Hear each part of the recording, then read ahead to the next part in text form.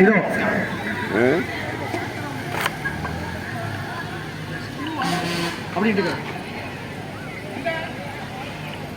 வாழ்த்துக்கள் வாழ்த்துக்கள். அனைவரையும் மேலும் நற்கழகத்தின் சார்பாக வருக வருக என வரவேற்கிறோம். அடுத்து பிங்க் கலர் உமன்ஸ்